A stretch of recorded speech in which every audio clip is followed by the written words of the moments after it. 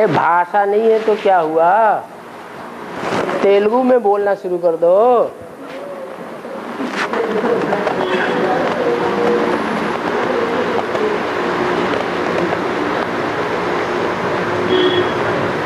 हिंदी अनुवाद करने वाले टीचर्स तो हैं। संगम युग में रामायण हुआ, महाभारत हुआ ना, ऐसी ब्रॉड ड्रामा भी होता है कहाँ है? जो संगम युग में होता है, जो महाभारत हुआ, हाँ, ऐसे विराट ड्रामा में भी होता है क्या? नहीं होता है। द्वापर युग से, द्वापर युग से महाभारत युद्ध नहीं होते हैं। महाभारत युद्ध होते हैं या नहीं होते हैं? राम और रावण संप्रदाय के युद्ध होते हैं या नहीं होते हैं? रावण संप्रदाय वाले सीताओं को हरण करते हैं या नहीं करते हैं? नहीं करते हैं तो होता है ना। रामायण भी होती है तो महाभारत भी होता है। देवताओं और असुरों का संग्राम भी होता है। जो यहाँ संगम युग में होता है वो सब वहाँ शास्त्रकारों की दुनिया में सब कुछ रिपीट होता है।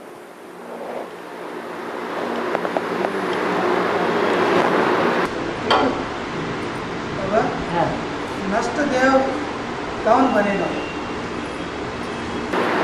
जो दुनिया के विनाश का, डिस्ट्रक्शन का ही काम करते हैं, बाप को प्रत्यक्ष नहीं होने देते हैं, नई दुनिया को प्रत्यक्ष नहीं होने देते हैं, वो पुरानी दुनिया का डिस्ट्रक्शन करते हैं।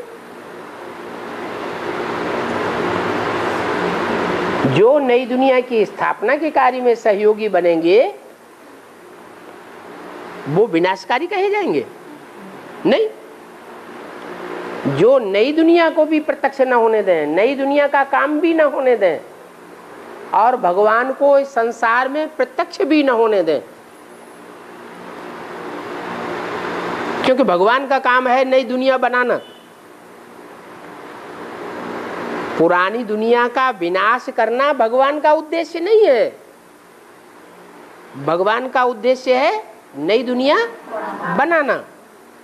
तो बनाने के लिए जब आता है, लेकिन वो नई दुनिया तब तक प्रत्यक्ष नहीं हो सकती जब तक पुरानी दुनिया का विनाश न हो। इसलिए विनाश के लिए फिर निमित्त बनाना पड़ता है। तो जो निमित्त बनते हैं वो फिर डिस्ट्रक्टिव कहे जाते हैं, विनाशकारी नष्टदेव कहे जाते हैं। सूर्यवंशों में बालों के मणि होता है बाबा। सूर्यवंशों में बालों का मणि होता है बाबा। चार स्थापना, चार पालना करना बाबा। नष्टदेव चार विनाश का काम करते हैं। अभी भी विनाश का काम कर रहे हैं। अभी भी वो बाप जो संसार में प्रैक्टिकल में पार्ट बजा रहा है, उसको वो प्रत्यक्ष करेंगे या गुप्त करेंगे? गुप्त कर रहे हैं। दुनिया में हम संसार में लोगों को बताना चाहते हैं भगवान बाप आया हुआ है मुकर्रर रथ में, और वो ये सिद्ध करना चाहते हैं कि ये भगवान बाप नहीं है, ये तो दुनिया का बड़े से बड़ा भ्रष्टाचारी है। अखबारों के द्वारा, टीवी के द्वारा चारों तरफ ग्लानि फैलावेंगे। तो नष्ट करने का काम है या बनाने का काम है? नष्ट करने का काम है। आदि से ही ये कार्य कर रहे हैं। मध्य में भी यही काम करते हैं।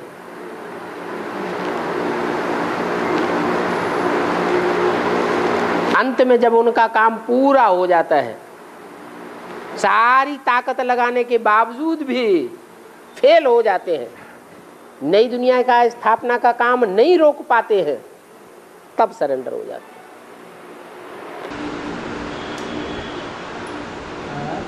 माता जी का तीसरा प्रश्न है, याद और योग का अंतर क्या? योग कब होता है? योग शब्द है हठ योगियों का।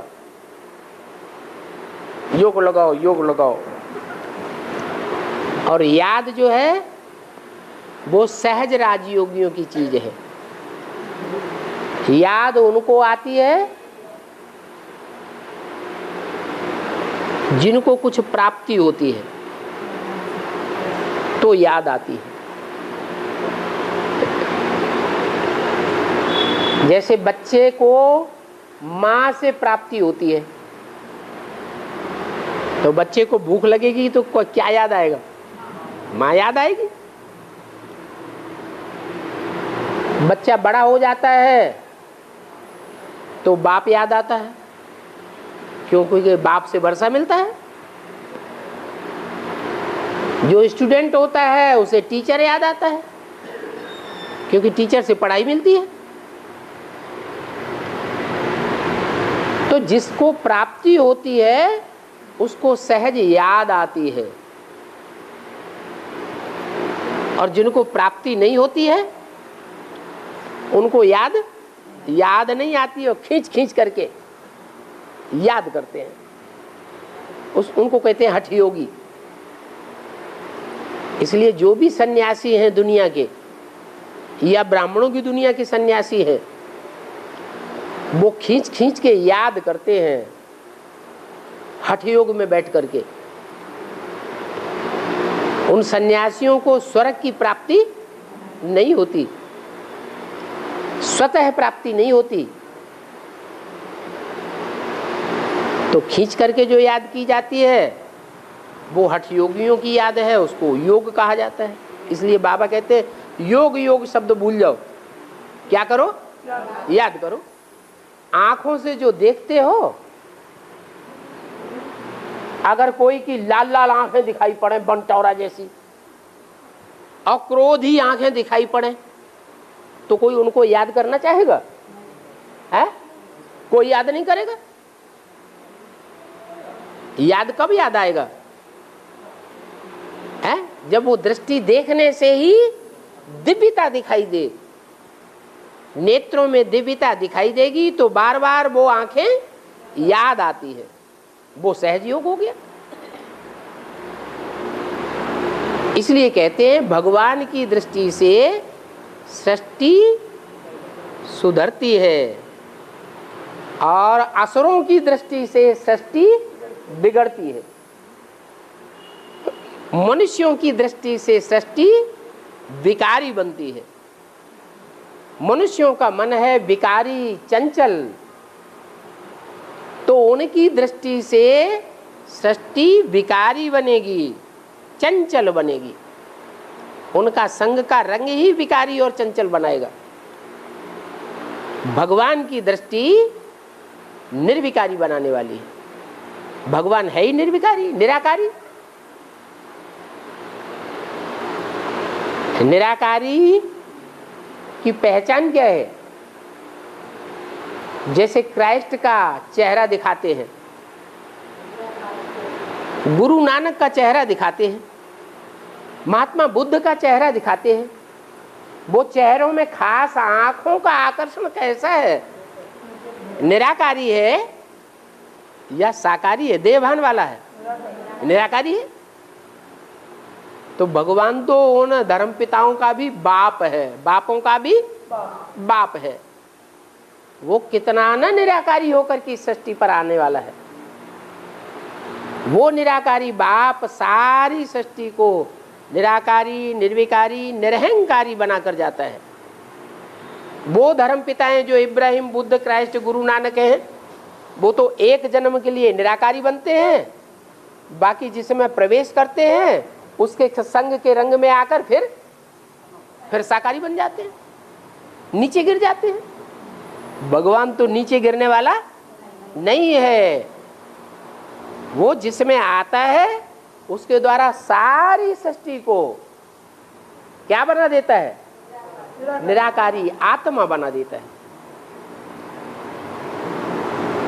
और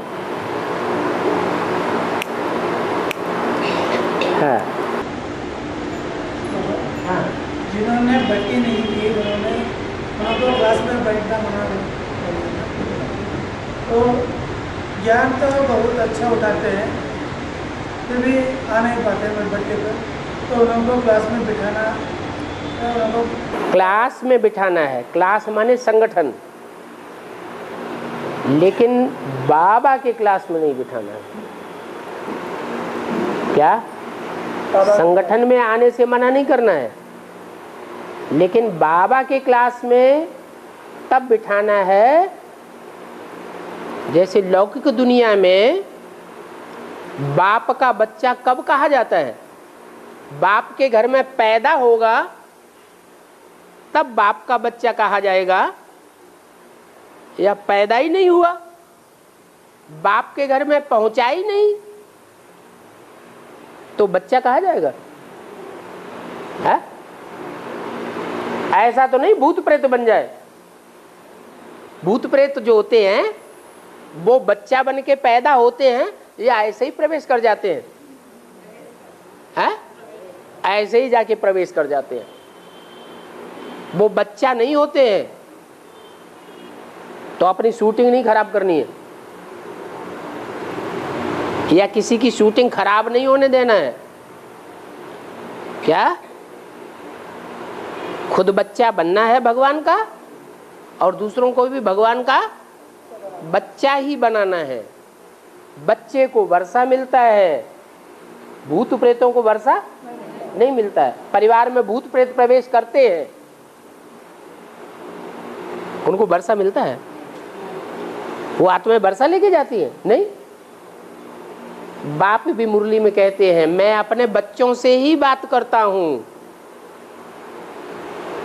अब बच्चा पैदा ही नहीं हुआ,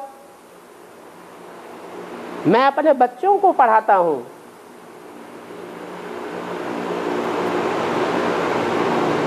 तो बाप जो विरुद्ध धारण करते हैं कि मैं अपने बच्चों से ही मिलता हूं, अपने बच्चों को ही देखता हूं, अपने बच्चों को ही पढ़ाता हूं, अपने बच्चों को वर्षा देता हूं, तो हमें वो बात फॉलो नहीं करनी चाहिए। बाप के काम में सहयोगी बने या विरोधी बने? सहयोगी बनना चाहिए। अपना भी भाग्य बनाए, औरों का भी भाग्य बनाए। इसलिए नियम बना हुआ है कि जो बच्चा बनता है उस आत्मा को 9 महीने पेट में पकना पड़ता है, गर्भ में रहना पड़ता है। वो है दुनिया की हद की बात, और यहाँ है बेहद की बात। यहाँ 9 महीने पकने की बात नहीं है, यहाँ ज्ञान गर्भ में सिर्फ 9 दिन की बात है। 1 दिन जाना, 1 दिन आना, और 7 दिन बीच में। जहाँ पेट के अंदर ही रहना है वहीं खाना मिलेगा, वहीं रहना मिलेगा, वहीं आना जाना मिलेगा। बाहर की दुनिया से कनेक्शन कट। गर्भ में जाते हैं तो ऐसे ही होता है ना, बाहर की दुनिया से कनेक्शन कट हो जाता है ना। ऐसे ही ये भगवान की पैदाइश है बच्चों की। यहाँ भी 9 दिन का ये गर्भ है जहाँ बच्चा पैदा होता है। कहाँ जाकर पैदा होता है? भगवान के घर में जाकर पैदा होता है। इसलिए मुरली में बोला है, फर्रुखाबाद में मालिक को बहुत मानते हैं। और सारी दुनिया का मालिक कौन है? सारी दुनिया का मालिक कौन? भगवान। तो उसका कनेक्शन कौन से जिले में जोड़ दिया? फर्रुखाबाद में जोड़ दिया। उन फर्रुखाबाद वालों से पूछो को वो मालिक साकार है या निराकार है? निराकार तो विश्व का मालिक बन नहीं सकता। तो वो साकार कौन है, कहाँ है? कैसे उसके घर में जाकर बच्चे पैदा होते हैं? कैसे वारसदार बनते हैं? कोई तो तरीका होगा। तो बात बुद्धि में आती है ना कि हम भगवान के बच्चे बने तो सारी दुनिया भगवान का बच्चा बने और भगवान का वर्षा मुक्ति और जीवन मुक्ति प्राप्त करे। और 750 కోట్ల మంది జనాభా అన్నారు కదా, 750 కోట్ల మంది జనాభా కదా అందరూ. లక్షల సంవత్సరాలు ఉన్నాయి అని బయట వాళ్ళు అంటారు కదా, లక్షల సంవత్సరాలు అంటారు కదా బయట వాళ్ళు. ఆ లక్షల సంవత్సరాలైనా 750 కోట్ల మంది ఆత్మలు కిందకు వచ్చేస్తాయి కదా. 750 కోట్ల మంది మొత్తం అందరు కిందకు వస్తాయి. లక్షల సంవత్సరాలైన మాత్రం 750 కోట్ల మంది తిరుగుతూ ఉంటారు కానీ తిరగలేదు. అడగండి అక్క, అంతే కదా. మొత్తం 750 కోట్ల మంది లక్షల సంవత్సరాలు అని చెప్పారు మామూలుగా బయట. అప్పుడు జనాభా ఎట్లా పెరుగుతారు?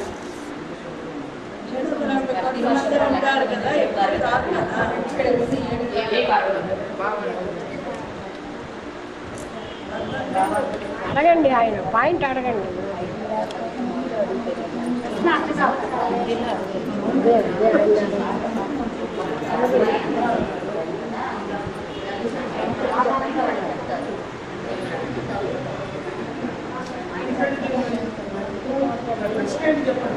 సరిగ్గా చెప్పండి అక్క.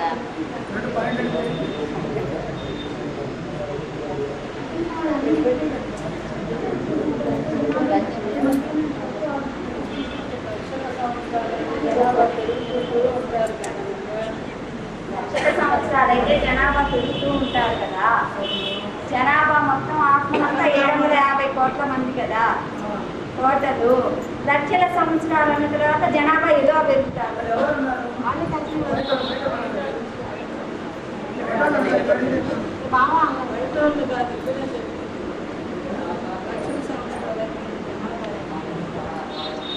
లక్షల సంవత్సరాలు అయితే జనాభా ఎక్కువ ఉంటుంది కదా అని అంటున్నారు కదా అని అంటారు. బయట అది కాదు ప్రశ్న కాదు కదా.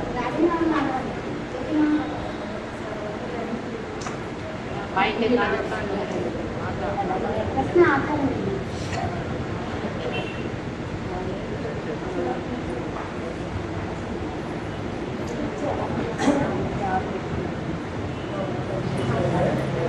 ये दुनिया वाले कहते हैं ये धरती तो करोड़ वर्ष हो गया। करोड़ वर्ष हो गया। हाँ, धरती जो है, धरती जो है वो मिट्टी है। क्या? मिट्टी माने पृथ्वी। पृथ्वी, जल, वायु, अग्नि, आकाश, ये कभी खत्म नहीं होते। करोड़ों वर्ष है ये कहना भी रंग है,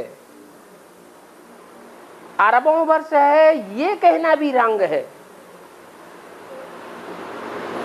अरबों खरबों पदम वर्ष पुरानी है ये कहना भी रंग है। ये तो अनादि है,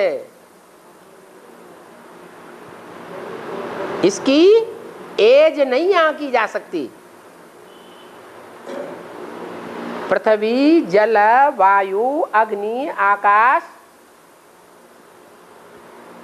ये कभी बनते नहीं हैं, बिगड़ते नहीं हैं, ये तो सदैव हैं ही हैं। कब से हैं ये प्रश्न पैदा नहीं होता। हाँ, रूप बदलते हैं। बाकी करोड़ वर्ष पुराने हैं पृथ्वी, जलवायु, अग्नि, आकाश। अरब वर्ष पुराने हैं, खरब वर्ष पुराने हैं, ये तो गलत बात। हाँ, इनका रूप परिवर्तन होता है।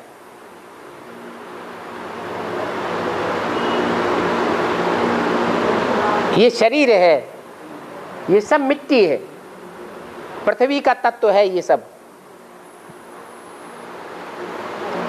आग में जला दिया जाएगा, राख रह जाएगी। तो रूप परिवर्तन हुआ ना, बाकी ऐसे तो नहीं खत्म हो गया।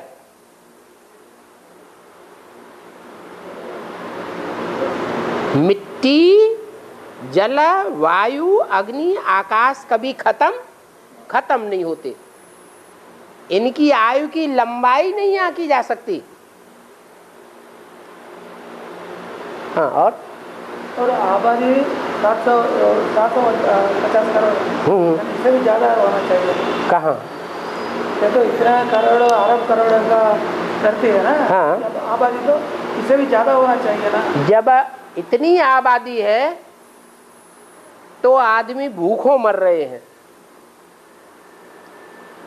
खाने को अन्न नहीं मिल रहा है, मछलियां खाते हैं, जानवरों को काट काट के खा रहे हैं। अगर आज की दुनिया में मछलियां खाना बंद हो जाए तो सारी दुनिया में अकाल पड़ जाएगा। 2500 साल पहले देवताएं मछलियां खाते थे क्या? जानवरों को काट काट के खाते थे क्या? आज की दुनिया में नहीं मिल रहा है तब तो काट काट के खा रहे हैं। तो अभी पेट नहीं भरा कि दुनिया की आबादी इतनी जो बढ़ गई है, इससे पेट नहीं भरा, और ज्यादा बढ़नी चाहिए।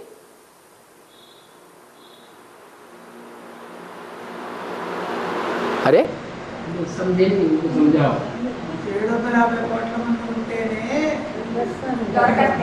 ఆహారం దొరకక చేపల్ని మాంసం తింటున్నారు. 2500 సంవత్సరాల క్రితం దేవతలు ఉన్నప్పుడు చేపలు తినడము, ఈ జంతువులు తినడం అన్న ఉండిందా? మరి ఇంకా మీరు కోరుకున్నట్టు ఇంకా ఎక్కువ జనాభా ఉండాలి. ఈ భూమి పుట్టి 1000 కోట్ల సంవత్సరాలు అయితే 750 కోట్ల మంది అంటున్నారు కదా, ఇంకా ఎక్కువ ఉన్నారు కదా. జనాభా ఎక్కువ అవుతారు కదా. అదే మరి ఎక్కువ అయితే ఇప్పుడుండే పరిస్థితి వచ్చేసారు కదా 750 కోట్ల మంది. బృందావనం నుంచి కిందకు వచ్చేసారు కదా. అంతం వరకు 750 కోట్ల మంది అయిపోతారు కదా. 5000 సంవత్సరాలు పూర్తి అయ్యేసరికి 750 కోట్ల మంది అయిపోతారు. లక్షల సంవత్సరాలు ఇంకా పెరిగేది ఎట్లా పెరుగుతుంది? 750 కోట్ల మంది పుట్టు తగ్గుతూ ఉంటారు. భూమి కానీ ఆకాశం కానీ గాలి కానీ నిప్పు కానీ వినాశం అవ్వవు. ఇవన్నీ కూడా శాస్త్రం ఉండే రూపం మారుతుంది అంతే. కాబట్టి వీటి కొలతలు ఎవరు చెప్పలేరు. ఎన్ని వేల కోట్ల సంవత్సరాల నుంచి భూమి ఉంటుంది అని సంగతి ఎవరు చెప్పలేరు. జనాభా కానీ మీరు కోరినట్టుగా ఎక్కువనైతే కాదనే కదా చెప్పించారు.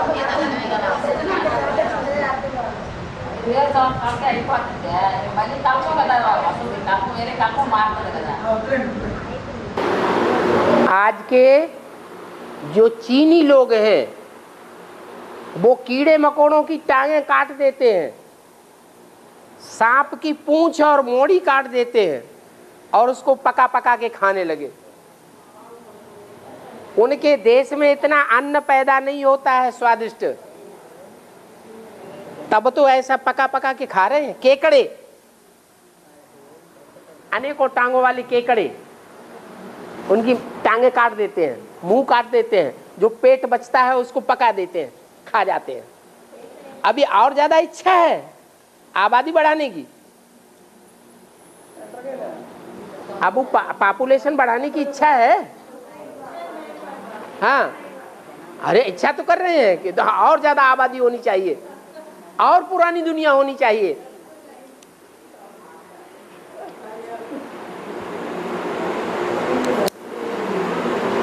उड़ीसा में अखबारों में, रेडियो में ये बात निकली कि कुछ माताओं ने अपने पेट से पैदा किए हुए बच्चे काट काट के खा गई, भूखमरी पड़ी तब उड़ीसा में। तो अभी और आबादी बढ़ानी है? नहीं, इच्छा तो कर रहे हैं। हाँ,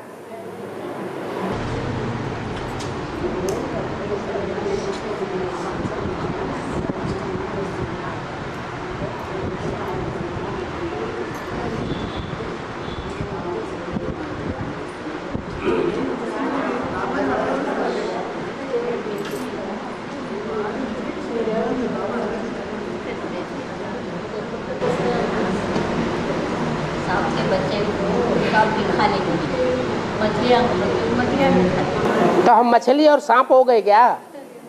उससे भी खराब हो गए, बदतर हो गए। बाबा तो ऐसी दुनिया बताते हैं जहाँ स्वर्ग में कोई जीव जंतु एक दूसरे को खाता ही नहीं था। इतनी भरपूर पैदाइश होती थी, इतने स्वादिष्ट फल होते थे, फूल होते थे, इतना अच्छा भोजन मिलता था कि भूख ही ज्यादा नहीं थी खाने की।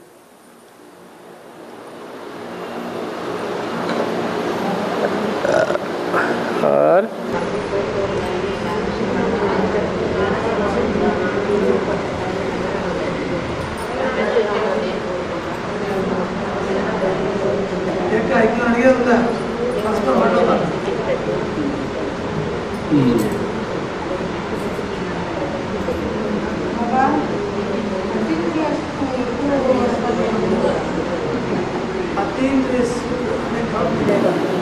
जब हम इंद्रियों का सुख त्याग देंगे, थोड़ा और खा ले, पेट खराब हो गया, भागो,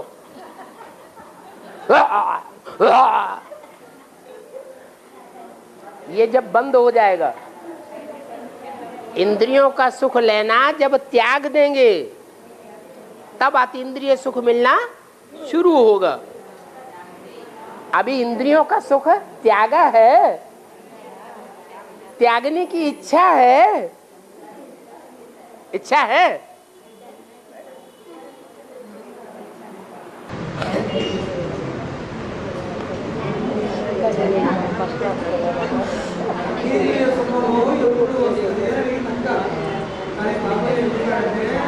మీరు ఇంద్రియాల సుఖాన్ని త్యాగం చేస్తే ఎప్పుడు త్యాగం చేస్తా అప్పుడు మొదలవుతుంది. అంటే అనేక రకాల వస్తువులు తినాలని కోరిక కదా, అది దాంట్లో ఇంద్రియం. ఆ ఇంద్రియాల సంబంధించిన కోరిక మీరు త్యాగం చేస్తే అప్పుడే అతీంద్రియ సుఖం మొదలవుతుంది. అన్నయ్య సత్యయుగంలో చీకటి అనేది రాదా? రాత్రి అవదా?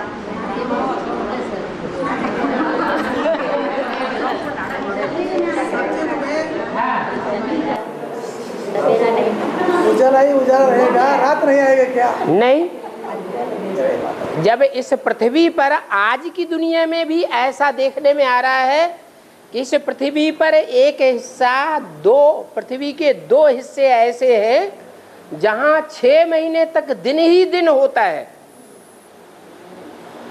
आज की दुनिया में। तो क्या ऐसी दुनिया नहीं हो सकती जहां 2500 साल तक दिन ही दिन हो सकती है कि नहीं?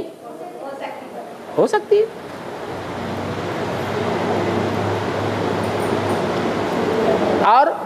और दिन ही दिन हो, जहां थकान ही ना हो, तो अच्छा है या खराब है?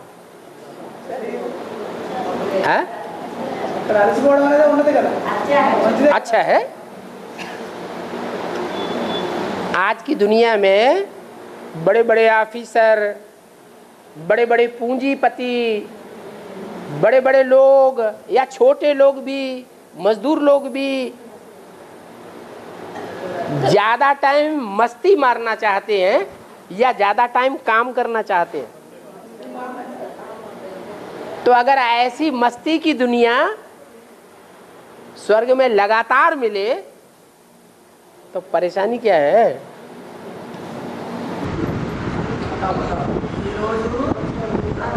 ఉండేవాళ్ళు గొప్పవాళ్ళైనా పేదవాళ్ళైనా ఏం చేయాలి, పని చేయాలని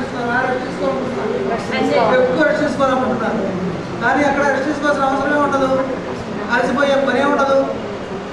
అలతానికి ఉంటే రెస్ట్ కావాలి. ఇప్పుడు అక్కడ ప్రపంచంలో ఉన్న ఇష్టపడుతున్నాను లేదా?